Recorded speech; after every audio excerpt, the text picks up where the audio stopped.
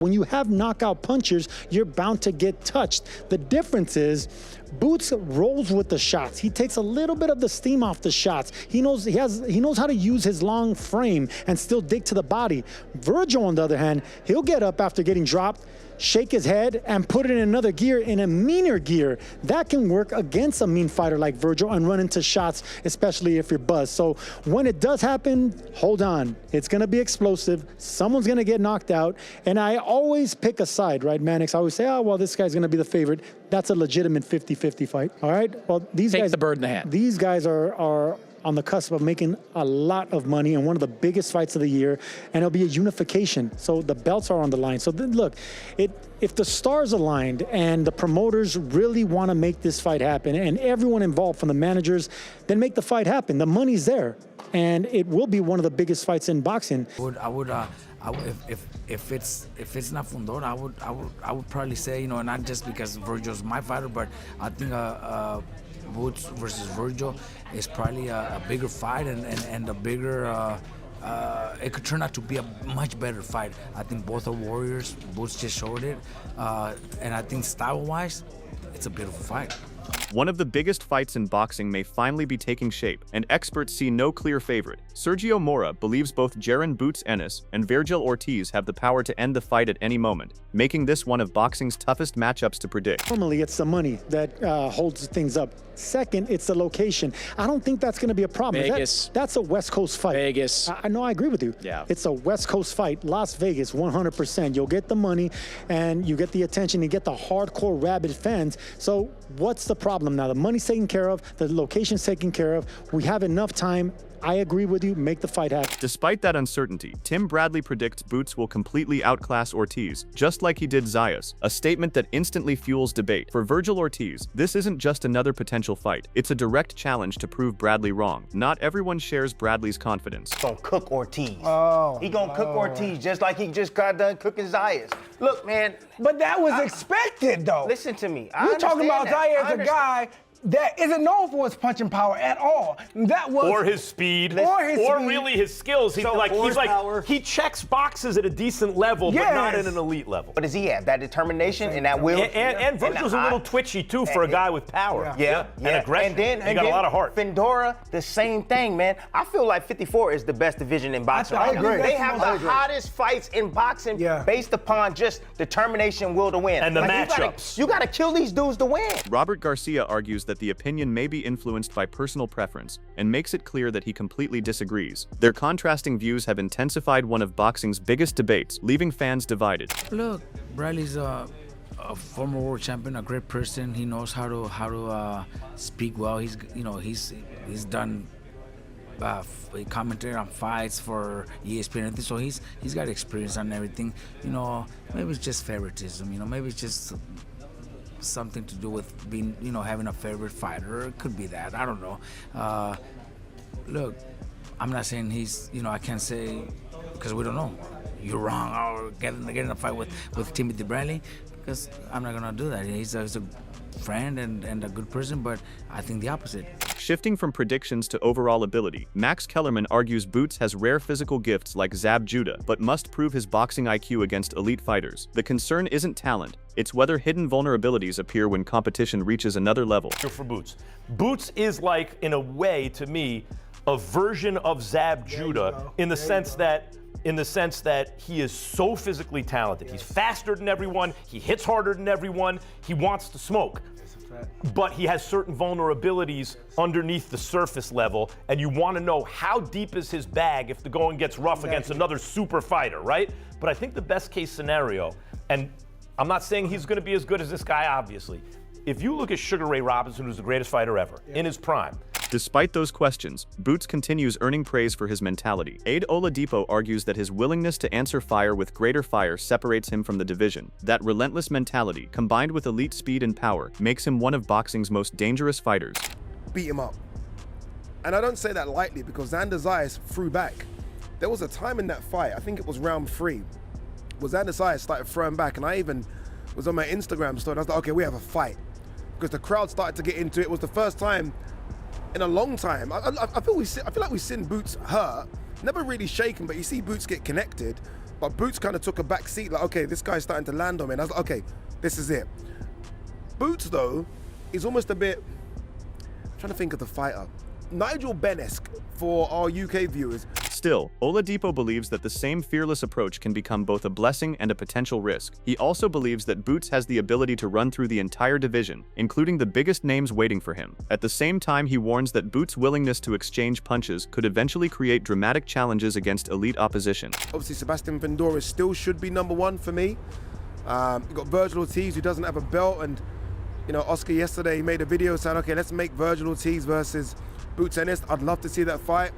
You've got Josh Kelly, who fights Kevin Ajaka on the undercard of AJ versus Prenga. He might run that division, you know. He might run through everyone in that division like a hot knife through butter. But we have to wait and see, because he can get tagged. He can get tagged, and I think that's what makes him exciting. I was thinking about this, watching him, like, While much of the spotlight remains fixed on Boots, Robert Garcia believes people have started overlooking what Vergil Ortiz has already accomplished. He argues that many have forgotten how dominant Vergil looked against Israel Madrimov. Ignoring those performances creates a false narrative heading into a potential super fight. He's a friend and a good person, but I think the opposite. I totally think the opposite. I think Vergil, look, do people forget that it was just last year, early in that last year, that Vergil beat Madrimov and the way he did, and the skills that he showed, a Madrimov who almost beat Crawford, you know, and then Vergil goes out and does what he did with Madrimov. I think not only Timothy, but a lot of people might have forgot that already. Bradley, meanwhile, believes Boots possesses another weapon that separates him from almost everyone else. He argues that Boots' ability to counter while simultaneously getting hit makes him one of boxing's most dangerous fighters. That instinctive creativity is nearly impossible to prepare for, and gives opponents very little time to adjust. Aggressive. Vergil's a little bit more techie, However, it's still the same thing coming off the jab. You know the jab is coming first. Boots one of the best counterpunchers in the game. That's why Boots is so damn dangerous. Because he get hit and then he's still landing at the same damn time. He punching in between punches. He slipping punches and countering. Building on that analysis, Bradley has also broken down Vergil Ortiz's biggest performances and noticed a recurring tactical weakness. He argues Vergil struggles against opponents who move laterally and force him to think instead of exchanging punches. That weakness plays perfectly into Boots' strengths. For Vergil Ortiz, this isn't just another stylistic matchup, it's a potential nightmare. Vergil likes guys to stand right in front of him. You stay against the ropes, he gonna eat you up. You move side to side on him, oh, you make him pick up his feet, yeah. Then you test his patience. You test the IQ, right? You test that. Yeah, go back and watch that. Yeah, did he win the Madrimov fight? Yes, he did win the Madrimov fight because Madrimov got tired. He got tired.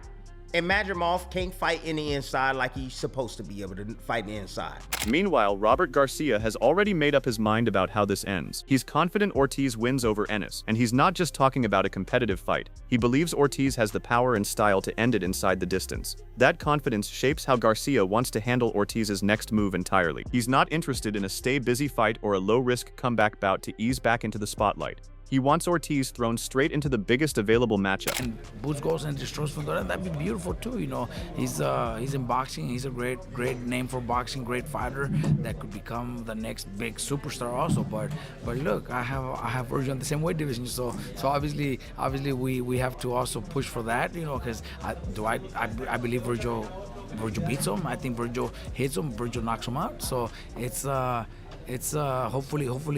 hopefully Boots doesn't take that Fundora fight, because, you know, weeks to make the fight, but coming off a loss might not be that interesting. I want him to be a champion. Looking beyond styles alone, Paulie Malignaggi points to the small technical moments that often separate elite fighters from everyone else. He argues that Boots' Ennis' knockdown revealed extraordinary balance, timing, and punch selection that only elite athletes can execute. Moments like this prove why Ennis continues to impress even seasoned boxing experts. Swing his weight forward with the left hand, then kind of rock back to sort of ride away from the right uppercut counter to the body of Xander, and also walk him into his own right uppercut to the head, which is the shot that Jaron threw, and have power on him, because your weight is going to kind of take you backwards.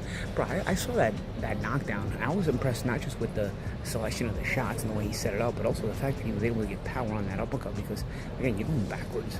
Your weight's shifting a little bit backwards, I'm thinking, no? Because you just shot your weight back after shooting the left hand.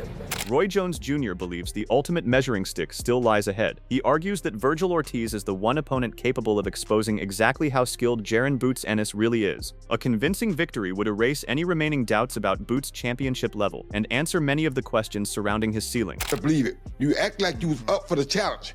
Everybody knows that like Boots said, it's time for him.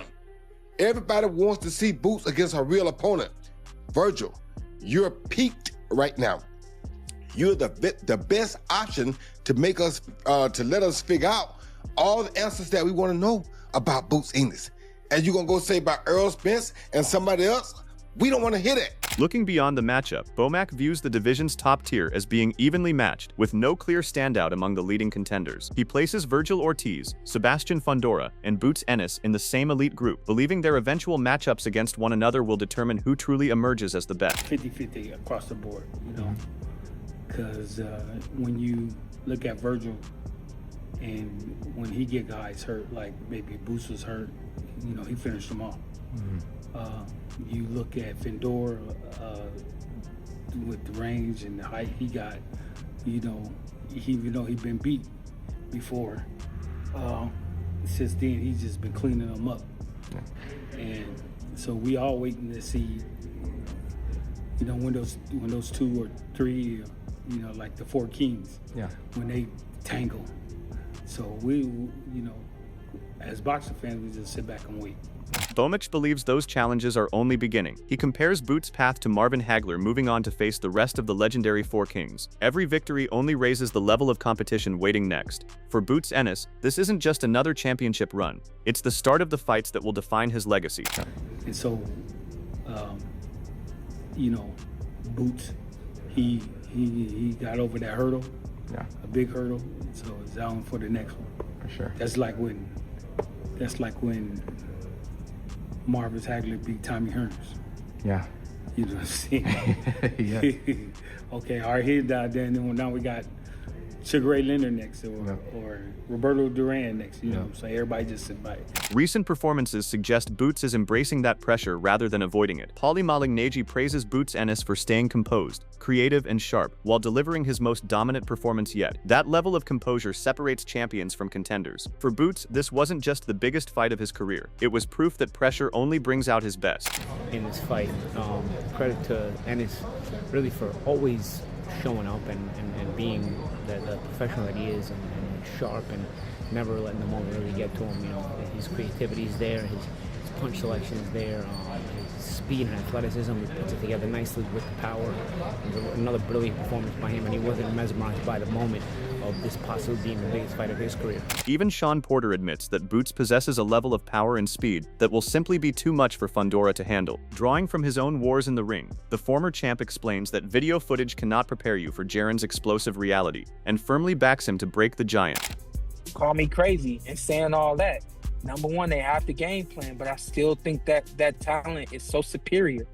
Like he said, you know, it's a, and I know this from my own experience. It's a different speed on the outside than when you actually get in the ring and do it. You know, I was one of those guys that everybody felt like they could game plan for me, but they didn't understand how quick I actually was. They didn't understand how explosive I actually was able to get my way with just about everybody I was in the ring with, because on the outside looking in, it's just a little bit different, you know? So I still think he beats Fundora. Boxing insider Sean Zettel expects a much more violent conclusion to this highly anticipated showdown. He believes the challenger operates on an entirely different level of skill and openly predicts a devastating stoppage that will leave the giant on the canvas. He's explosive, he's ferocious. It's a great fight. I think I give the edge to Ennis though, just because he's a little more talented and a little bit more dynamic. But you go knockout or decision? Knockout. Knockout. Yeah. Meanwhile, Roy Jones Jr. believes Ortiz would demand Ennis's complete attention from the opening bell. He argues that facing an opponent with Ortiz's experience, pedigree, and proven resume would force Ennis to stay fully engaged throughout the fight. While Jones stops short of predicting the winner, he is convinced Ennis would not be able to afford any lapses in concentration against Ortiz. And watch he don't go to sleep.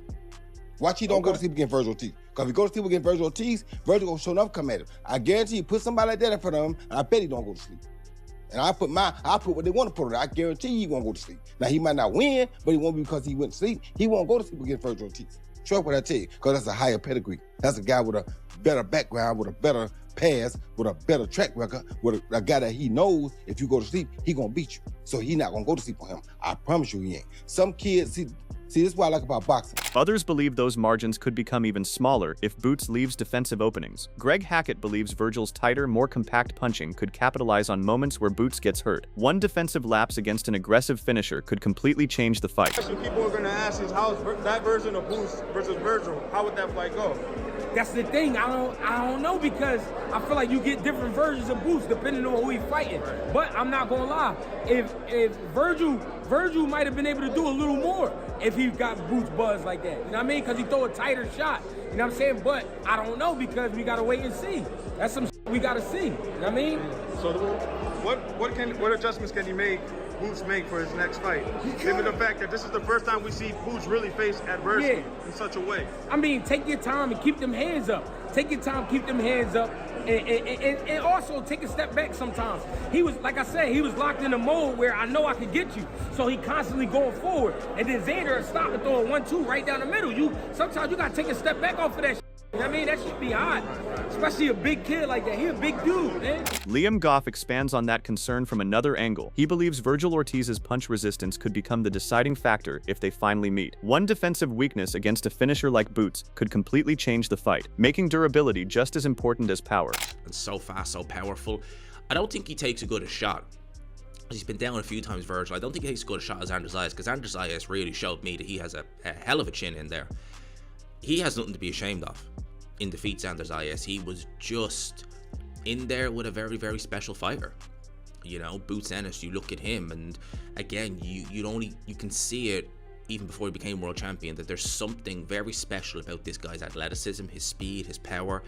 He's one of the most athletically gifted, well, I was going to say welterweights, but no, like middleweights. Even so, Goff believes Boots still possesses physical tools unlike almost anyone else competing today. He argues that Boots has a level of athleticism, speed, and power rarely seen in modern boxing. Those physical gifts separate him from almost everyone in the sport today. For Boots Ennis, this isn't just another championship run. It's the rise of a potential generational talent. With a very, very special fighter. You know, Boots Ennis, you look at him, and again, you can see it even before he became world champion, that there's something very special about this guy's athleticism, his speed, his power. He's one of the most athletically gifted, well, I was going to say welterweights, but no, like middleweights that I've seen. Blimey, God knows how long. Maybe since Pacquiao, maybe, just athletically gifted. You know, Pacquiao when he was fighting at 147 mainly. It's just incredible.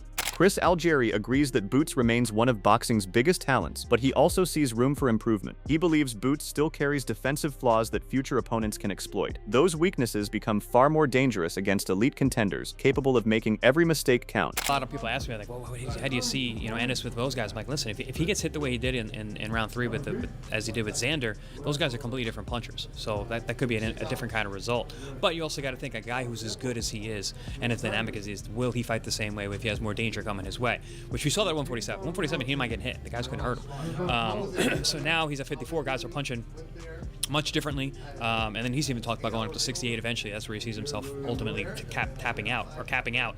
So, the defense has got to step up. Best fighters in the world don't get hit cleanly and more than once at a time. So if he's going to make those adjustments with those guys, I think that's something they're gonna attack during camp.